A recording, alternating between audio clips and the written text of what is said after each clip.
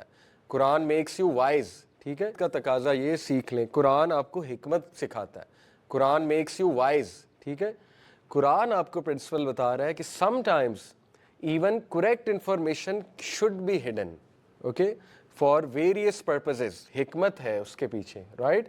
اتنا را ہونا, ہر بندے کی ایموشنل انٹیلیجنس نہیں اس را انفارمیشن کو لے لے, اور کبھی کبھی حلال چیز بھی چھوڑنی پڑتی ہے, ٹھیک ہے. یہ بڑا زبردست پرنسپل قرآن نے دیا ہے, اس کو صدِ ذرائع کہتے ہیں.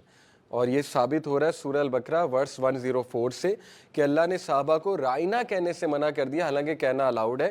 اس لیے منع کیا کہ دیکھو بلا وجہ کا اس سے ایک لوپ ہول کھل رہا ہے, اس کو جیوز استعمال کر کے رائنا کہہ رہے ہیں, تو تم اس ورڈ کو ہی نہ اٹر کرو.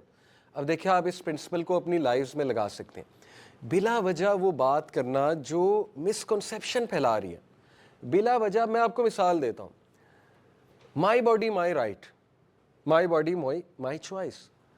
Y are you using such a sentence جس پہ 100 سوال اٹھ رہے ہیں؟ اور بھئی آپ نے وومن رائٹس کی بات کرنی, کوئی اور سینٹینس یوز کر لو. Why will you use this word, this sentence? My body my choice بہت ہی ایک مسکنسیپشنس پھیلانے والا سینٹینس ہے. یعنی what is meant by my body my choice? Does it mean کہ میں جو مرضی کروں؟ Does it mean abortion rights? Does it mean prostitution? ٹھیک ہے, بہت سے مطلب نکلتے ہیں.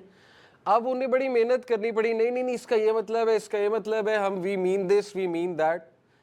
تو آپ why are you using this slogan if اس کے اتنے مطلب نکل رہے ہیں تو چھوڑ دو, کوئی اور جملہ استعمال کر لو. یہ حکمت ہے, وزڈم ہے, ٹھیک ہے. اس کو ذرا اپنی لائف میں استعمال کرنے کی کوشش کریں.